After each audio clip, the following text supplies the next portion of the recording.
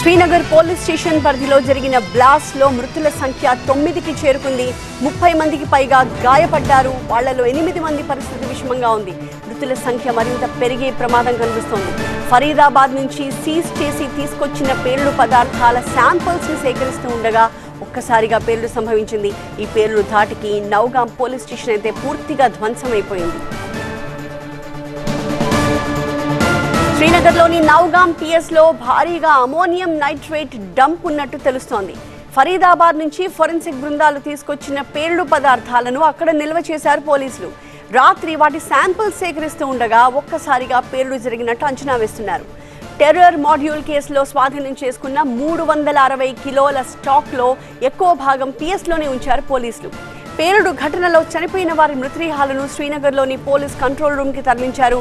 పోలీసులు స్వాధీనం చేసుకున్న అమోనియం నైట్రేట్లో కొన్నింటిని ఫోరెన్సిక్ ల్యాబ్కి పంపించారు. కానీ ఎక్కువ భాగం స్టేషన్లోనే ఉన్నట్టుగా తెలుస్తోంది.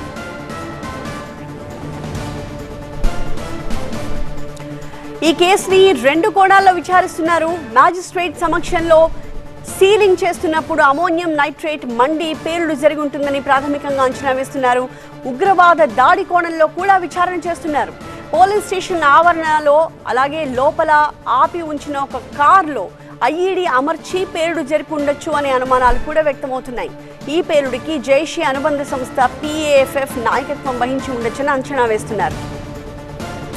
జైషే మహమ్మద్ ఉగ్రవాద మాడ్యూల్ ని తొలిసారి గుర్తించిన పోలీస్ స్టేషన్లోనే ఈ దుర్ఘటన జరిగింది. జైషే పోస్టర్ల ఆధారంగా UAPA ఆర్మ్స్ యాక్ట్ ప్రకారం కేసులు పెట్టింది ఈ పోలీస్ స్టేషన్లోనే. ఆ కేసు ఆధారంగానే తొలుత డాక్టర్ ఆదిల్ అరెస్ట్ అయ్యారు. ఆ తర్వాత AK-47ని కూడా స్వాధీనం చేసుకున్నారు.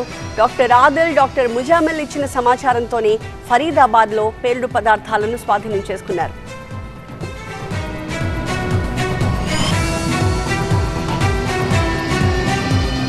ఢిల్లీ నుంచి మా ప్రతినిధి గోపి లైవ్ లో జాయిన్ అవుతున్నారు. గోపి, చూస్తుంటే ఇది నిజంగా ప్రమాదమేనా లేదా దీని వెనక కుట్ర ఉందా అనే అనుమానాలు అయితే ఖచ్చితంగా కనిపిస్తున్నాయి. ఎందుకంటే లింక్స్ ఆ రకంగా మనకు కనిపిస్తున్నాయి, డాట్స్ అని ఆ రకంగా కనెక్ట్ అవుతూ ఉన్నాయి. లేటెస్ట్ గా పోలీసులు ఏం అంచనాకు వస్తూ ఉన్నారు? నౌగాం పోలీస్ స్టేషన్ బ్లాస్ట్ లో ప్రస్తుతం మృతుల సంఖ్య 9కి చేరింది. ఇందులో ఒక స్థానిక టైలర్ కూడా చనిపోయినట్లుగా తెలుస్తోంది. ఈ బ్లాస్ట్ అనేది ప్రమాదవశాత్తు జరిగిందా లేక దీని వెనుక ఉగ్ర కుట్ర కోణం ఉందా అన్న కోణంలో ప్రస్తుతం దర్యాప్తు సంస్థలు ఎంక్వైరీ జరుపుతున్నారు. పోలీస్ స్టేషన్ పరిధిని మొత్తాన్ని కూడా సీజ్ చేయడం జరిగింది. DGP సంఘటనా స్థలాన్ని పరిశీలించడం జరిగింది. ప్రస్తుతం గాయపడిన వారిలో కొంతమంది పరిస్థితి క్రిటికల్గా ఉన్నట్లుగా కూడా తెలుస్తుంది. ముఖ్యంగా ఫరీదాబాద్ మాడ్యూల్లో సీజ్ చేసిన 360 కిలోల్లో ఎక్కువ అమోనియం నైట్రేట్ అంతా కూడా పోలీస్ స్టేషన్లోనే FSLకి కొంత శాంపిల్స్ కోసం ఇచ్చిన తర్వాత మెజారిటీ అమోనియం నైట్రేట్ అంతా కూడా పోలీస్ స్టేషన్లోనే ఉంది. సో ఇదంతా కూడా పేలిపోయినట్లుగా ప్రస్తుతం ప్రాథమిక సమాచారం అందుతుంది. అంత పెద్ద ఎత్తున ముఖ్యంగా పోలీస్ స్టేషన్ మొత్తం కూడా ధ్వంసం అయిపోయిన పరిస్థితి. కొంతమంది శిథిలాల కింద చిక్కుకుని ఉంటారన్న కోణంలో ప్రస్తుతం ఇంకా రెస్క్యూ కొనసాగుతోంది. కార్లన్నీ కూడా ధ్వంసం అయిపోయిన పరిస్థితి. సో ప్రమాదవశాత్తు ఒకవేళ మ్యాజిస్ట్రేట్ సమక్షంలో దీనికి అమోనియం నైట్రేట్ సంబంధించి సీలింగ్ ప్రక్రియలో భాగంగా ప్రమాదవశాత్తు దాని నిర్వహణలో ఏమైనా తప్పుదాలు జరిగి ప్రమాదం జరిగిందా అన్న కోణంలో ముఖ్యంగా ఆ దిశగా ఆలోచిస్తే రాత్రి 11:20 పేలుడు జరిగింది. సో ఆ టైంలో ఈ ఎంక్వైరీ, ఈ సీలింగ్ ప్రక్రియ ఇదంతా జరుగుతుందా అన్నది ఒక క్వశ్చన్ మార్క్. మరొకటి ఈ ఉగ్ర కుట్ర కోణం ముఖ్యంగా ఎందుకంటే ఈ ఫరీదాబాద్ మాడ్యూల్కి సంబంధించిన కేసు ఫస్ట్ రిజిస్టర్ అయింది ఇదే పోలీస్ స్టేషన్లో.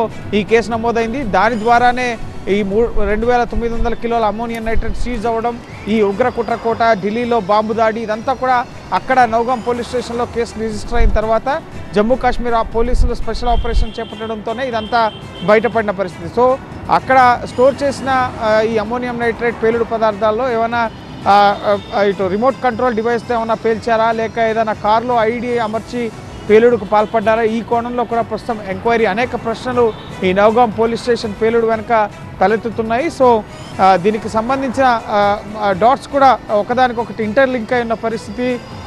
అక్కడే పోలీస్ కేసు మొదట నమోదవడం, ఆ తర్వాత ఎంక్వైరీలో ఫరీదాబాద్ లింక్స్ బయటపడడం, బయటపడ్డ అమోనియం నైట్రేట్ అక్కడ స్టోర్ చేయడం కూడా అది పేలిపోవడం, మళ్ళీ అక్కడ సుమారు 9 మంది చనిపోవడం. సో ఇవన్నిటికి సంబంధించిన సమగ్ర ఎంక్వైరీ అనేది ప్రస్తుతం జరుగుతోంది. దీనికి సంబంధించి PAFF అనే ఒక జైషే మహమ్మద్ అనుబంధ ఉగ్రవాద సంస్థ తామే ఈ పేలుడుకు పాల్పడ్డామని చెప్పి ప్రకటించడం జరిగింది. అయితే దీన్ని ఇంకా ధృవీకరించాల్సి ఉంది పోలీసులు. జైషే మహమ్మద్, లష్కర్-ఇ-తోయిబా లాంటి ఉగ్రవాద సంస్థల కోసం ఈ పీపుల్స్ యాంటీ ఫ్యాసిస్ట్ ఫ్రంట్ పనిచేస్తోంది. కాశ్మీర్లో వేర్పాటువాదాన్ని ప్రోత్సహిస్తూ సపరేట్ కాశ్మీర్ కావాలన్న నినాదంతో 2020 నుంచి కూడా అక్కడ ఉగ్ర కార్యకలాపాలని ఈ PAFF నిర్వహిస్తున్న పరిస్థితి. అయితే ఇంకా ప్రాథమికంగా అయితే ఇది ఒక ప్రమాదంగానే పోలీసులు భావిస్తున్నారు. కానీ దీని వెనుక ఉగ్ర కుట్ర కోణం కూడా ఉందా అన్న కోణంలో కూడా ప్రస్తుతం దర్యాప్తు జరుపుతున్నారు. ఎందుకంటే ఢిల్లీలో ఉగ్ర పేలుడు, ఎర్రకోట కారు పేలుడు ఘటన తర్వాత ప్రతి అంశాన్ని చాలా సీరియస్గా తీసుకుంటూ అనేక రాష్ట్రాల్లో NIA ఈ కేసుకు సంబంధించిన సోదాలు జరుపుతున్నారు. సో ఆ కోణంలో ప్రస్తుతం ఈ నౌగాం పోలీస్ స్టేషన్ పేలుడు ఘటనకు సంబంధించి కూడా ప్రమాదవశాత్తు ఈ ఘటన జరిగిందా లేక దీని వెనుక ఉగ్ర కుట్ర కోణం ఉందా అన్న కోణంలో కూడా ప్రస్తుతం ఎంక్వైరీ జరుగుతోంది. Thank you Gopi Krishna.